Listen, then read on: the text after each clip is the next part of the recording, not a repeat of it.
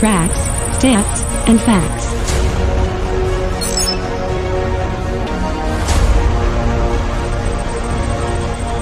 www.enterthedome.com.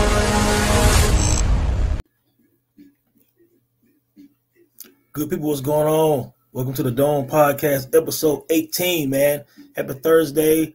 Hey, we're feeling good, man. Having a good time so far. And look, I'd like to thank everyone so far for the support and showing the love, man. It's all good, man. Check me out at Tony the Dome on Twitter, man. And let's talk some hip-hop, some music. Not just hip-hop, but all types, all genres, man. We having a good time, man.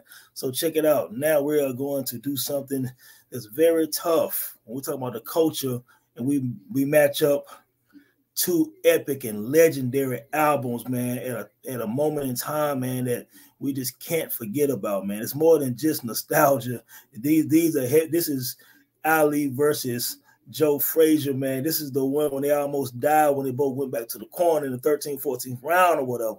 You know what I'm saying? But we're going to talk about Only Built for Cuban Linx, Raekwon debut versus the sophomore album by the Mobb Deep Infamous. You know what I'm saying? So let's do that. We're going to also talk about the Battle of 1995.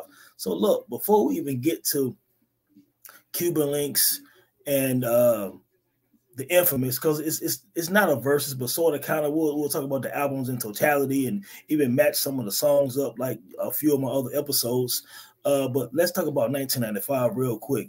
A lot of people refer to 1994, you know, the year that Ready to Die, Illmatic, and a lot of hard albums came out. Is a great year, and people talk about 1996, which episode 1 here on the Dome, we talked about the war of 1996 hip-hop. Episode 2, we talked about the disrespect of 1997. People always talk about 1988, of course, 87. Even 1998 is an amazing year. And, of course, 2003 and a couple other years that were really landmark years in the culture. But 1995 was amazing. And so this episode is primarily about Only Built for Cuban Linx and the Infamous, man. But 1995 was a monster. And so we want to also acknowledge that, you know, Smith & Wesson, The Shining, Tupac, Me Against the World, Soul Food by Goody Mob. Now, look, you guys know my affinity for Soul Food by Goody Mob. I think it's one of the most complete albums in the history of hip-hop.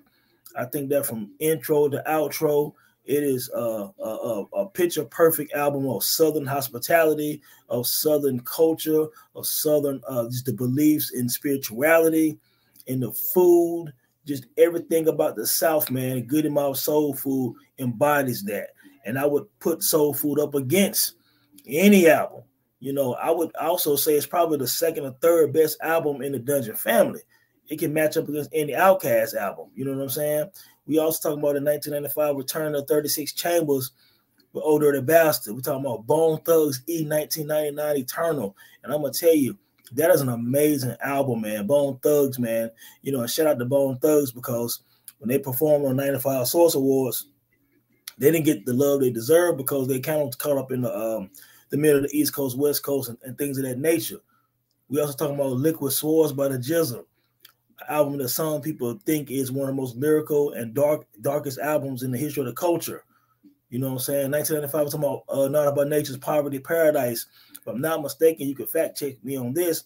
I believe Poverty Paradise won the Grammy that year.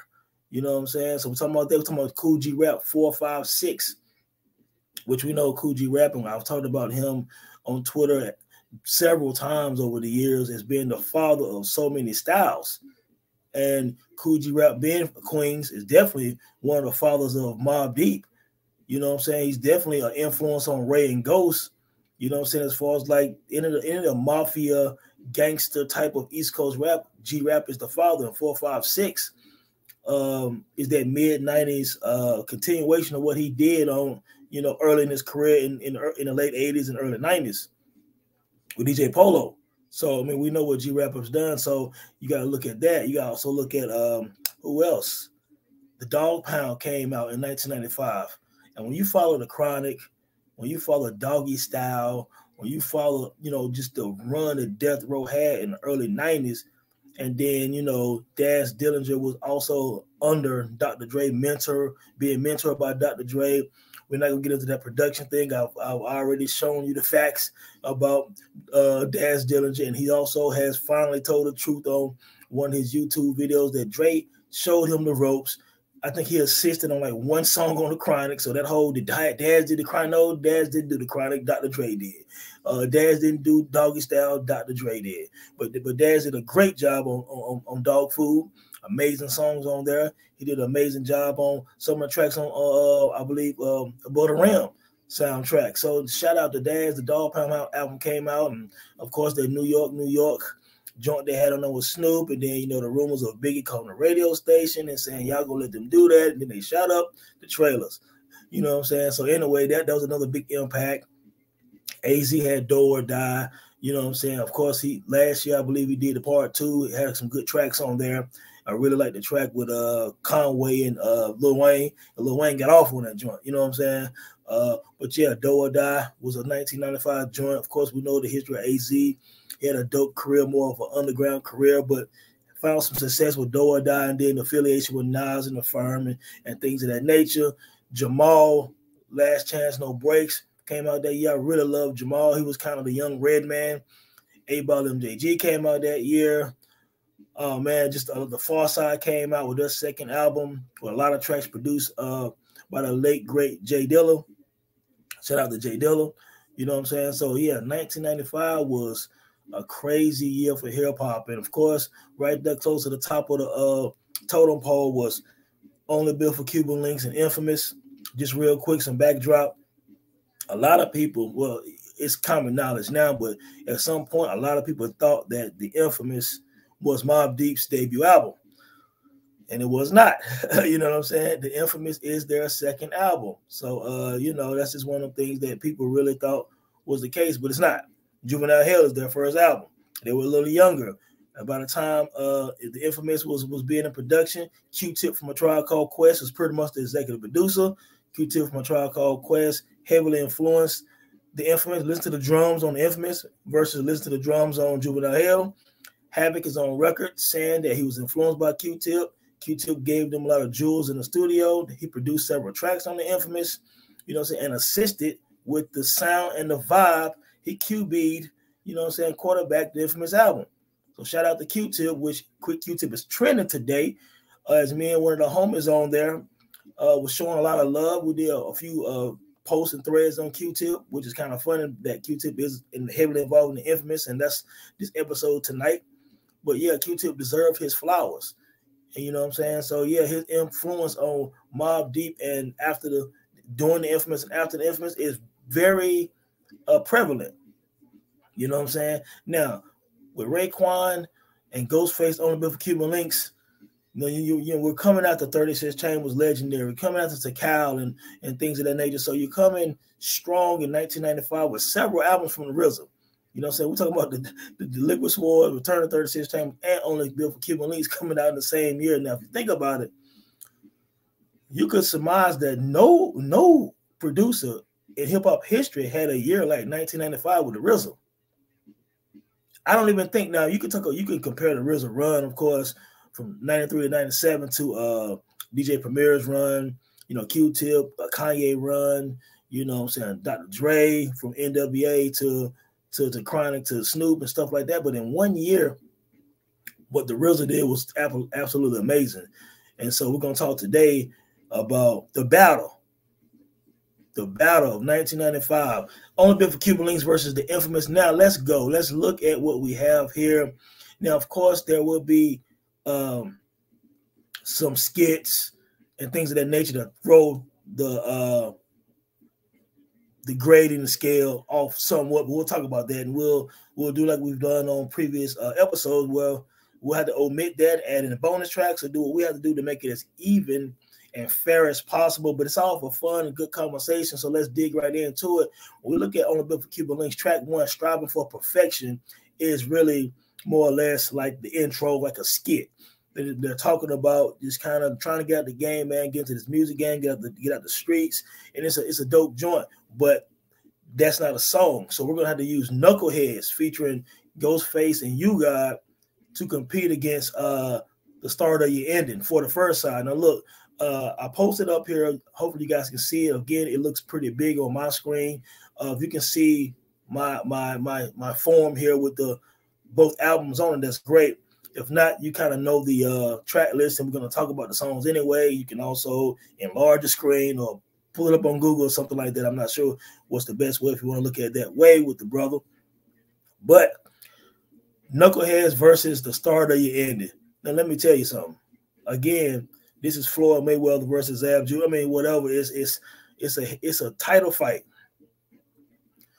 But I'm going to have to give round one to Mobb Deep because the start of your ending for the first side, just to me personally, I would say this is one of the top 5 or 6 intro songs to an album in hip-hop history.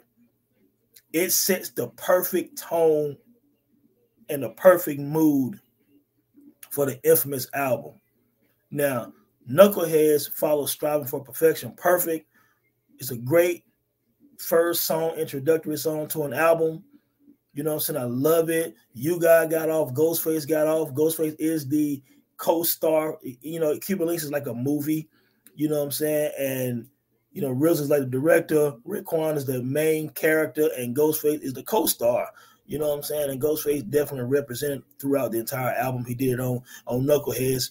But again, the way the infamous star with the 41st side, there's just no way I can give that round to Only Built for Cuban Linx. What do you guys think about that? I mean, it is what it is.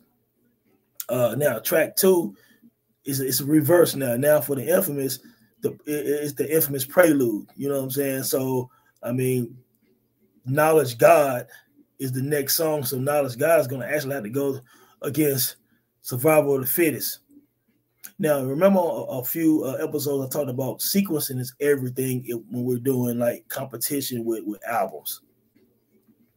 Knowledge God, Let's Get Money, Son. I mean, yo, I love Knowledge God. Knowledge God was one of my favorite songs in '95 in college when I first got Only Built for Cuban Linx. But if I'm looking at Survival of the Fittest, Survival of the Fittest is just going to win that round. I have no choice. You know what I'm saying? What do you guys think? Knowledge God is a dope song. You know, but again, me just looking at it, I mean, come on, man. It is what it is. So let's go to the third round. We're looking at Criminology. Now, Criminology is hard. You know what I'm saying? The video hard, the song hard. Of course, Ghostface is on Criminology as well. That's going against An Eye for an Eye with Raekwon and Nas, which is very interesting because of the dynamics, because I believe, if I'm not mistaken, they're both with, what's the label? I'm catching the memory lapse right now. I will think about the label in a minute. But anyway, Steve Rifkin, you know what I'm saying? So all of them was with them, I believe. So I think they all did a lot of stuff together. I think they were doing some tours together at the time and things like that. So, you know, kind of is what it is. So you'll see them kind of featured, some of these guys featured on each other albums. You know what I'm saying? Loud Records, if I'm not mistaken. So man, as dope as Criminology is, Eye for an Eye, A Drug Dealer's Dream, Stash Cream Keys in a Triple Beam. Yeah, man, Nas killed that joint. Raekwon, hold up and analyze the wild. You know, so yeah, it just had more flavor. And I think, you know what I'm saying, when you think about the Infamous had a lot of quotables. You know what I'm saying? So that's the thing that gives the Infamous a lot of edge over a lot of albums. Even as great as Cuban Linx is, at times the Infamous has those quotables from a lot of memorable verses, because I don't think it's as dense in lyricism as Only Built for Cuban Linx. Now, don't get me wrong. Only Built for Cuban Linx, Infamous is very lyrical. The Infamous is very lyrical, but I think there's a lot of layers in some of the lyricism in Only Built for Cuban Linx. So you'll get more quotables from Prodigy, and you'll get more quotables just from the Mobb Deep album than you'll get from the songs on Cuban Linx. And you'll get quotables from the skits like, I'm dead, son. They try to kill me, son. You know, Ghostface was like, he tried to get shot or whatever. And then, you know, stuff like that. Then the track, Gambinos when they're talking about smoking weed in the living room and stuff like that. So you'll get the funny skits that stand out, but lyrics and quotables will stand out more or less, probably on the Infamous. You know what I'm saying? But yeah, I'm gonna put not Survival of the Fittest. Eye for an Eye is just gonna win over Criminology. So right now we're looking at 3-Zip. Now remember, I've been on record before saying that Only Built for Cuban Linx is one of the top 5 albums in hip hop history as a total album. I've also said I feel like Mobb Deep Infamous album was one of the top 10 albums of all time. And on one of my lists I've had before, I think I had Cuban Linx around 3 or 4, and I had like the Infamous around 9 or 10. Of course, you see the track listing, I have it right now, 3-Zip, Mobb Deep.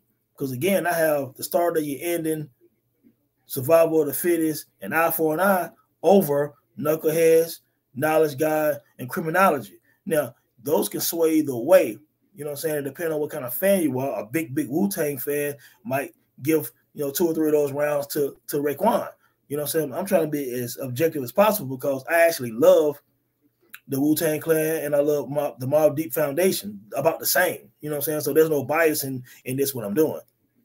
You know what I'm saying? So that's 3 rounds wrapped up. Round 4, we're going to go to Incarcerated Scarfaces. Oh, boy. Incarcerated Scarfaces versus Give Up the Goods featuring Big Noyd. Now, oh, boy. This one is tough. Big Noyd, shout out to Big Noyd. And look, just real quick side note.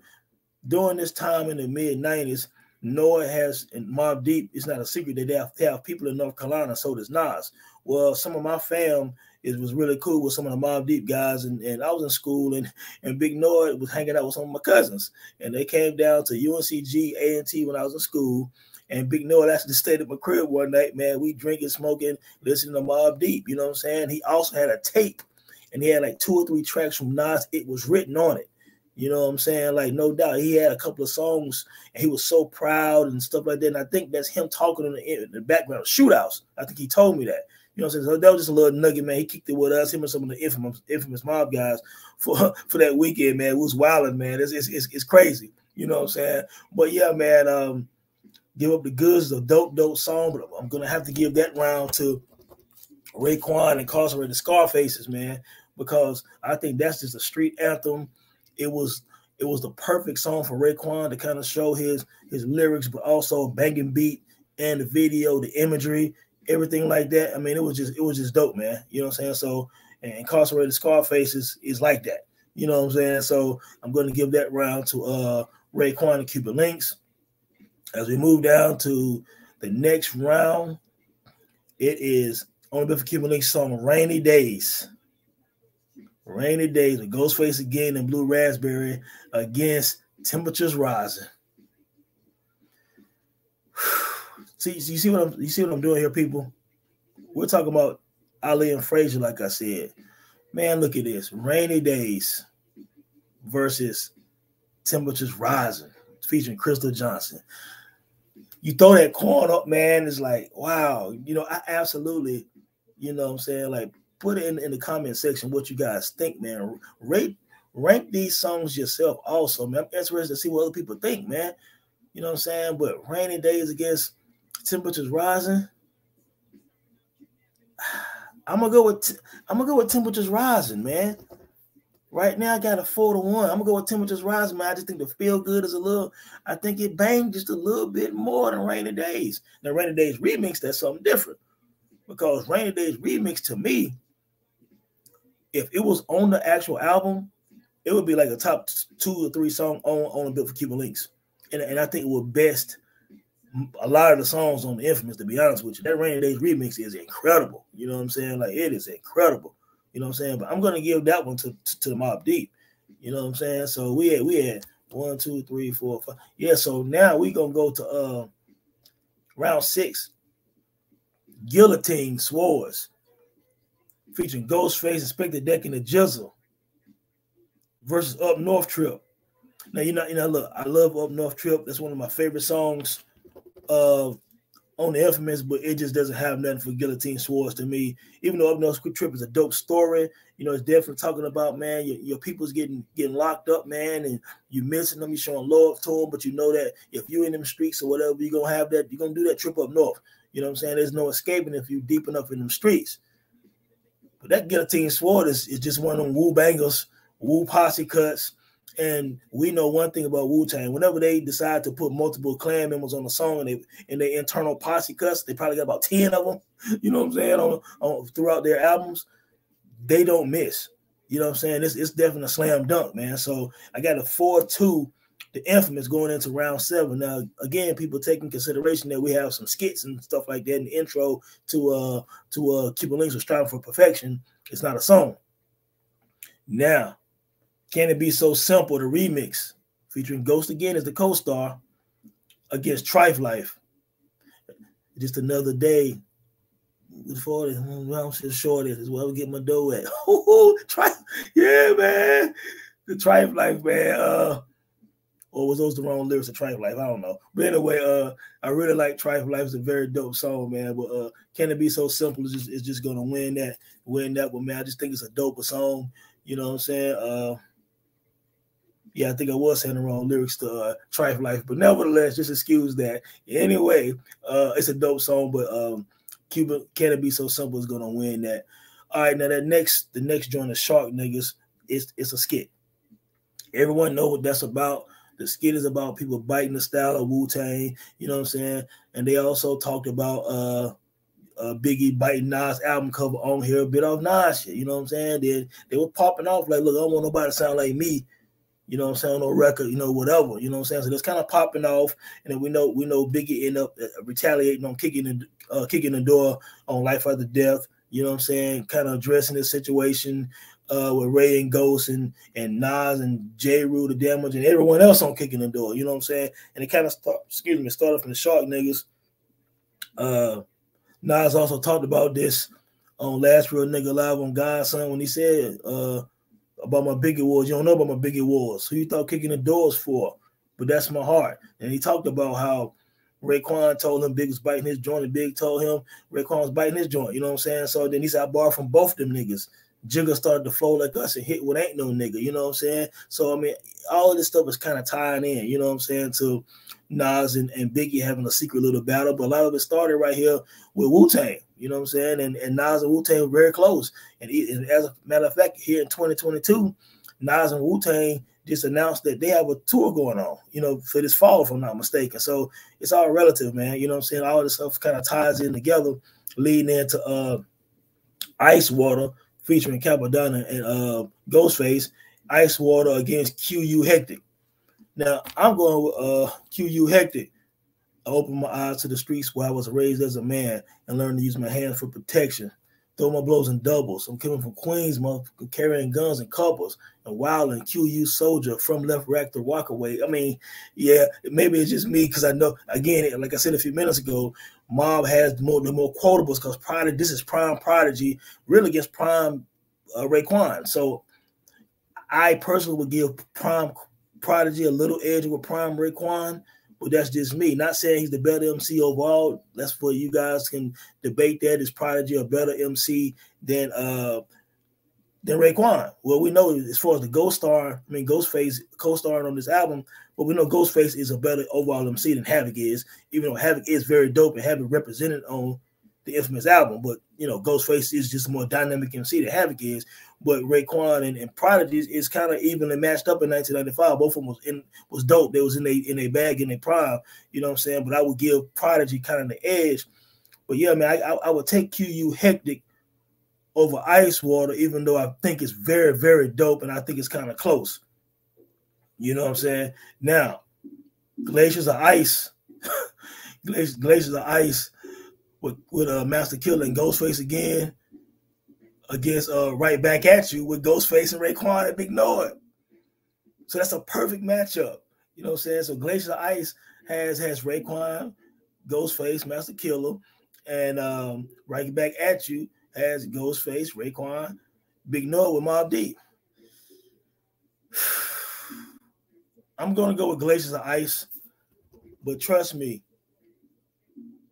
That's very hard. You know what I'm saying? You can really sway either way on this, depending on the day you ask me. But I think Glaciers of Ice is a little bit more iconic. I think Glaciers of Ice is just a little bit more iconic, man. That's just my opinion.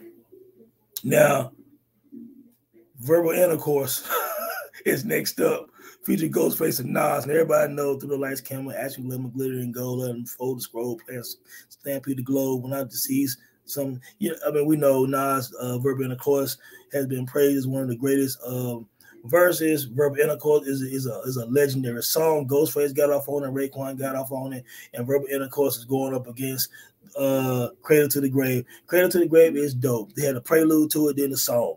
It's a dope song. A dark song on the second half of the Infamous, real grim. It kind of gives you the story and the beginning of someone's life until they pass away, and everything that happened in the middle, a bunch of, about the street life that happened in the middle. You know what I'm saying? And it's hard, you know what I'm saying? But it doesn't have enough to stand up to the Verbal Intercourse. I don't really have to break these songs down anymore. I mean, it just doesn't have enough. So right now we're at, people, hold on, just bear with me 1 second. 1, 2, 3, 4, 5. 1, 2, 3, 4, 5. So it's even up right now. You know what I'm saying? 5 apiece. Now I knew it was gonna kind of balance out because these are two epic albums. Now, we started off like 3-1, 4-2 or whatever with Infamous, and for some people, people might have thought they're running away with it, but obviously these are just two amazing albums. You know what I'm saying? So now let's continue. Wisdom Body is the Ghostface solo on the Infamous. It reminds me of the War Report. Capone Noriega. I think Capone was locked up when they released the War Report, but there was a song on there called Capone Bone on the War Report. I think it was produced by Marley Marl. Yeah, it was. And he did the joint by himself. So it always, whenever I hear Capone Bone, I think about Wisdom Body with Ghostface. And Ghostface killed this joint. You know what I'm saying? But the thing is, it's going against Drink Away the Pain with Q-Tip. Once again, Q-Tip produced several tracks on here and guided Havoc, mentored Havoc. You know what I'm saying? And of course, like I said, listen to the drums, Infamous drums, and listen to the drums on Juvenile Hell, and then you'll see how important Q-Tip was to the maturation of Mobb Deep.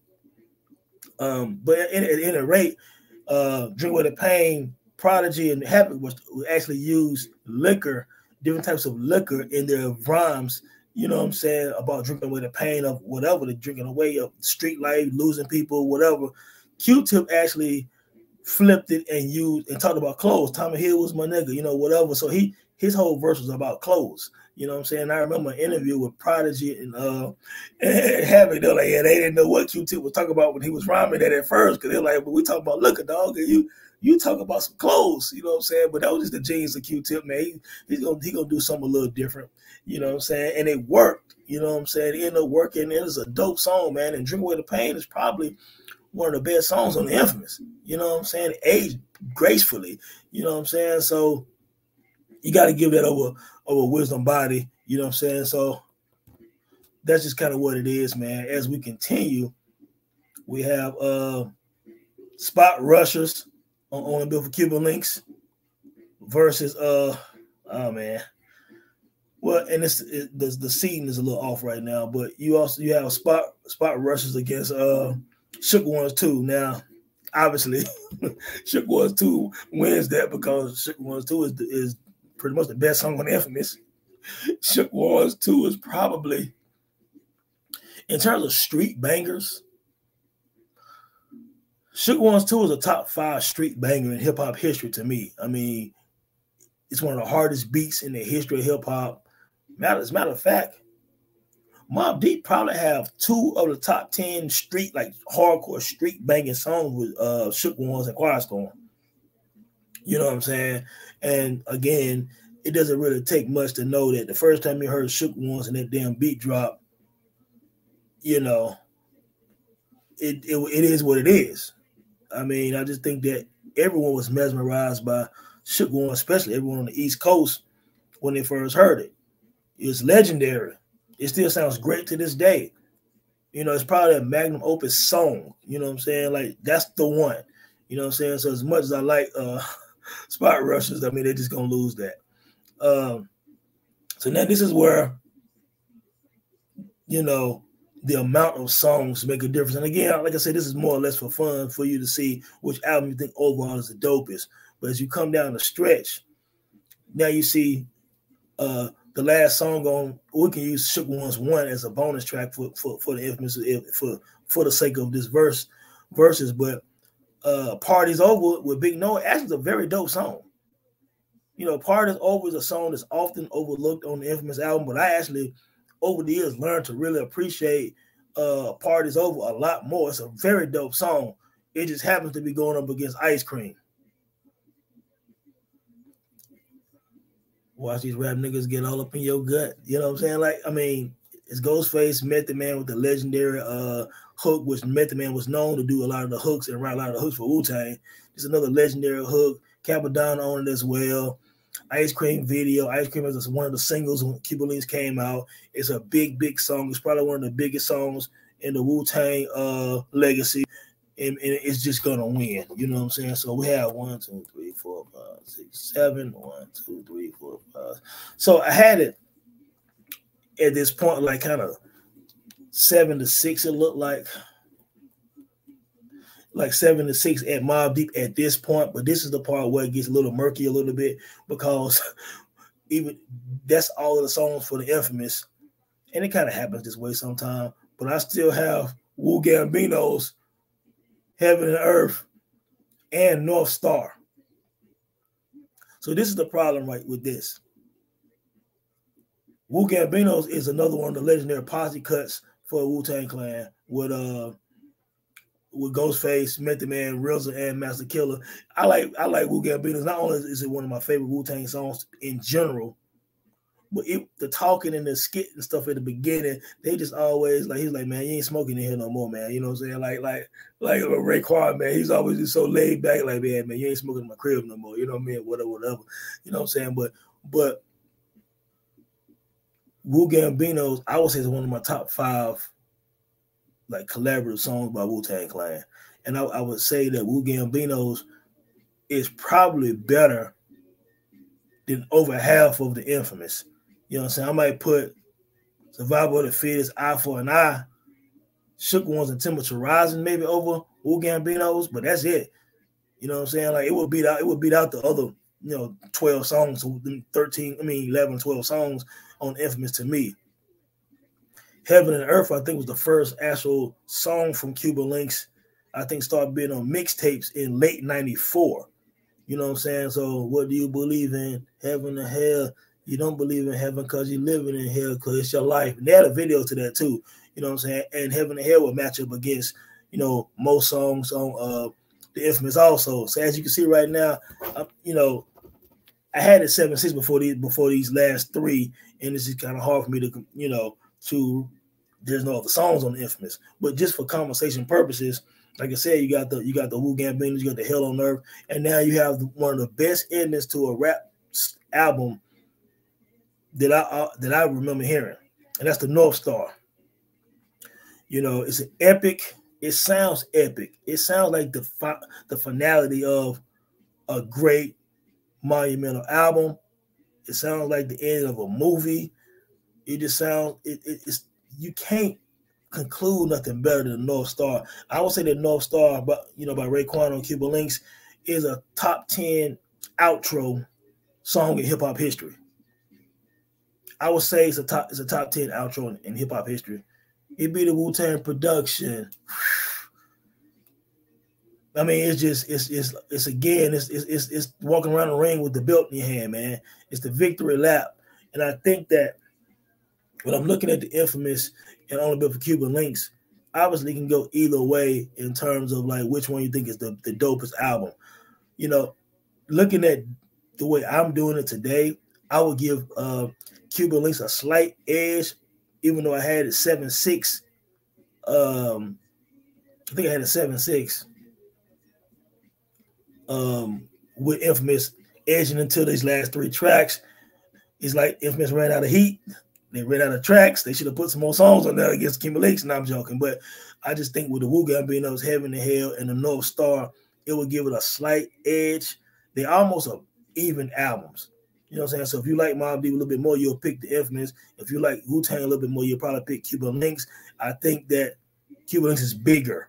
You know what I'm saying? So that's why I have it ranked 3 or 4 all time on my greatest albums list, and I have the Infamous ranked like 8 or 9 or something like that. So again, we're talking about, for me personally, to me, like I say on Twitter, 2 of the top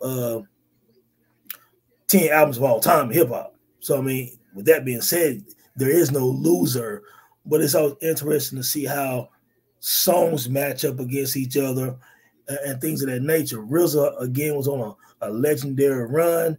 Havoc did an amazing job on Infamous, and that led him into what he did on Hell on Earth, which was just as potent as it was on the Infamous. I don't know if Infamous or Hell on Earth would sound the way they sound without Q-Tip's involvement on the Infamous, giving Havoc those jewels. Well, I know it wouldn't, because you already heard what he did before the Infamous. Nas featured on both albums, Nas on Verbal Intercourse and Nas on Eye for an Eye in 1995. Nas is Nas Escobar at this time, leading up into It Was Written on the following year. You know what I'm saying? Which we just had an episode. The last episode was Stillmatic versus It Was Written. So as you can see, Nas was definitely a huge figure in the 90s of East Coast hip hop. I thought it was also dope again that Ray and Ghost was on Mobb Deep album on Right Back At You, which made this comparison kind of cool. You know what I'm saying? Being that all these guys was affiliated with Loud Records, all these guys had a relationship with each other, all these guys were doing songs together. You know what I'm saying? And then they both did these 2 monumental albums, man. So I just thought that was real cool. And again, we're talking about 1995 hip hop, the battle. You know what I'm saying? Like, where would you rank these 2 albums in 1995? Some will have it 1 and 2. Either way, either The Infamous is the best album in 1995, or Only Built for Cuban Linx is the best album in 1995 for a lot of people. But you have some people that said Liquid Swords is better than Only Built for Cuban Linx. You know what I'm saying? You wouldn't be wrong by thinking that. You know what I'm saying? You have some people thinking Me Against the World by Pac was one of the best albums of that year. Again, Soul Food by Goody Mob, I think can rank up there against any of these albums in 1995. You know, 1995 was a big year on the charts. Bad Boy was still killing. Ready to Die came out in like November 1994. So Ready to Die was still large in 1995, obviously. And then Juicy was still popping. One More Chance remix. Junior Mafia had joints out. You know what I'm saying? Total. So Bad Boy was still killing in 1995 also, but they didn't have no album that was released in 95 that can compete with the albums that were released. They were just still hot. You know what I'm saying? Biggie was still hot in 1995. You know what I'm saying? Again, Bone Thugs. Some will say Bone Thugs E1999 Eternal is one of the best albums of that year as well. So as you can see, 1995 was flooded. But what do you guys think about the Infamous versus Cuban Linx? What's the best song on the Infamous to you outside of Shook Ones? What's your favorite song on Only Built for Cuban Linx? Which album sound better now in 2022? Only Built for Cuban Linx or the Infamous? How would you rank them all time on your all-time list? Where would you put these 2 albums? Where would you put Prodigy on the top 50 list? Where would you put Ghostface and Raekwon on the top 50 list? Do all 3 of these guys make the top 50 list? Where do you rank Havoc on all-time producer list? Do you rank Havoc as one of the best producers in 1995? Because of the Infamous, do you rank Havoc as one of the top 20, top 30 producers in hip-hop history or higher? RZA dropped Only Built for Cuban Linx, Liquid Swords, and Return to the 36 Chambers by ODB in the same year. So was RZA the MVP of 1995? We're talking about the war of 1995, the battle for 1995. Is RZA the king of 1995? Putting out what some people call Wu-Tang's magnum opus in Cuban Linx, but then also putting out 2 other amazing albums. Where do you rank the RZA on all-time producer list? Is the RZA top 5 all time in beats and executive producing albums? Is he top 10? Is he top 15? I would probably put Havoc in the top 20 of producers of all time. I would put RZA in the top 5 because I don't know if anyone had a run from 93 to 97 like the RZA with that kind of potency. I just don't know. From 36 Chambers to Wu-Tang Forever, I don't know if anyone did it better than RZA. You could argue the Gang Starr albums with Primo, and then all of the individual production from that Primo did with Biggie, Nas, Jay-Z, Jay with the Damager, Group Home, MOP. Good Primo, you know what I'm saying, is right there. You know what I'm saying? So, but yeah, you have to consider RZA one of the greats. If someone said RZA was the GOAT producer, I wouldn't argue that either. You know what I'm saying? So just looking at that year, looking at the influence, the impact, you know what I'm saying? It's amazing. You know what I'm saying? So again, you guys had a good time. You know what I'm saying? Let me know what you think about these two albums. Let me know what you think about 1995. What does 1995 rank in the 90s? If you looked at the 10 years of the 90s, that decade, is 1995 in the top 5. I would say 1995 in the top 5 with 94, 96, 98, maybe 90 and 93. I'm not sure. You know what I'm saying? But I definitely think it's in the top 5 years of that decade for potent hip-hop albums. I didn't even name all of them. I think Onyx, All We Got Is Us came out that year. I mean, just 1995 was flooded, man. But nevertheless, man, I think I might give Cuban Linx a slight edge only because I had a few more songs to pile on top of it. But if I stopped at like 14 songs each, man, it might have been even. You know what I'm saying? I don't know. You know what I'm saying? It's really hard to tell. Infamous started out very, very, strong all the way through, but it started out so strong with For the First Side, Start the Ending, Survival of the Fittest, Eye for an Eye, Give Up the Goods, Temperature Rising. That's how it started. But then Cuban Linx ended with Verbal Intercourse, Wisdom Body, Spot Rushers, Ice Cream, Wu Gambinos, Hell on Earth, and North Star. Jesus Christ. What an ending to an album. So it's just epic, man. But I'll give the Linx a slight edge, man. But, man, this was fun, man. Can't wait to talk to you guys on episode 19, man. Have a good weekend, man. God bless. One love.